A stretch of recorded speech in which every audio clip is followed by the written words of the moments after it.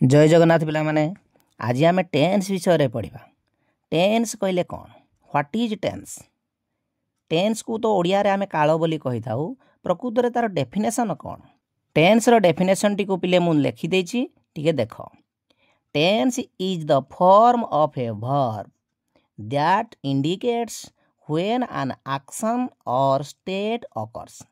अर्थात टेन्स होछि गोटे फॉर्म कारो भार्ब रो ये फॉर्म जहाँकि गोटे घटना घटिले ताकू इंडिकेट करथाय केउ समय घटिला से सब विषय रे। अर्थात टेन्स को ओडिया रे आमे काल बोली कहि थाउ। ए टेन्स होछि बिले दुई प्रकार। देखो एडी लिखि देछि मो मध्य जे टेन्स होछि दुई प्रकार, गोटे होछि प्रेजेंट टेन्स आ गोटे होछि पास्ट टेन्स। ठीक अछि, तो पास्ट टेन्स को हमर चारि भाग रे पुनी विभक्त करा जायछि। Past simple, past progressive, past perfect एवं पास्ट परफेक्ट प्रोग्रेसिव। सेही परी प्रेजेंट टेन्स को मध्य चारि भाग रे विभक्त करा जायछि।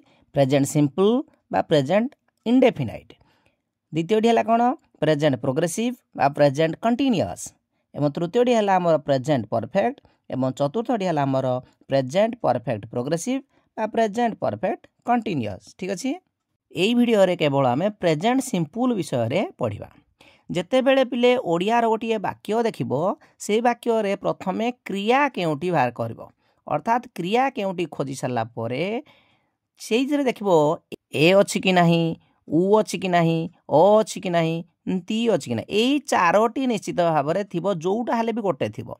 जेमिति मु खाए ए आसिला, आमे खाऊ उ आसिला, तुमे खाओ ओ आसिला, सेमाने खांती, से बसे ए आसुची ना। उदाहरण शेष रे उच्चारणटा ए आसुची, से बसे, आमे बसु उ आसुची, तुमे बस ओ आसुची, सेमाने बसंती। एई भली भाव रे मन रखिलो बिले।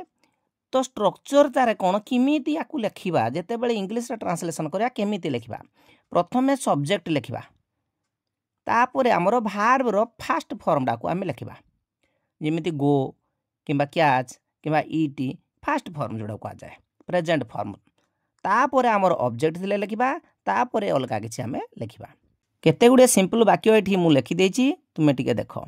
मु खाए, मु एडी हमर स्ट्रक्चर अनुसार कोन हबो, सब्जेक्ट आसिला, भार्ब की आसिला खाइबा, खाइबा इंग्लिश हला ईट, मु खाए अर्थ हला आई ईट।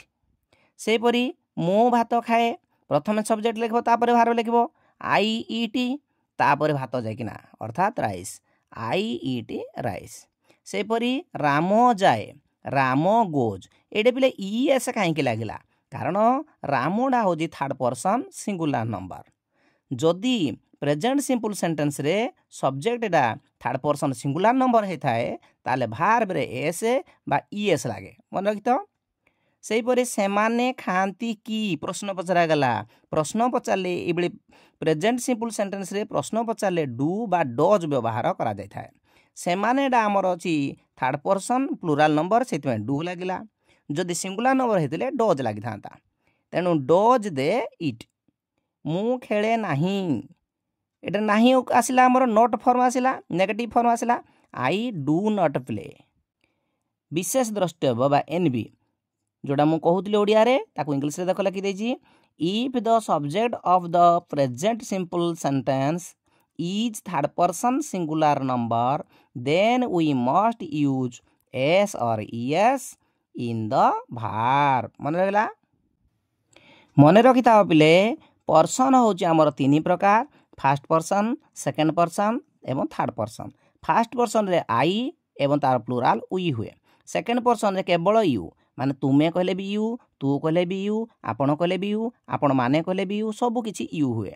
सेही पर थर्ड पर्सन रे हमर अनेक गुडिए शब्द रहिछि, जेमिति he, she, Ram, they, boys, Sita, my mother, my friends, chalk, teacher, trees, duster, etc. एई भली बहुत गुडिए हमर थर्ड पर्सन रहिछि। ता भितरु केते गुडिए सिंगुलर हेइ थाए एवं केते गुडिए प्लुराल मध्य हेइ थाए। आज पिले एतिकी। वीडियोटी भल लगी लाइक करदेव एवं चैनल टी सब्सक्राइब करदेव। धन्यवाद।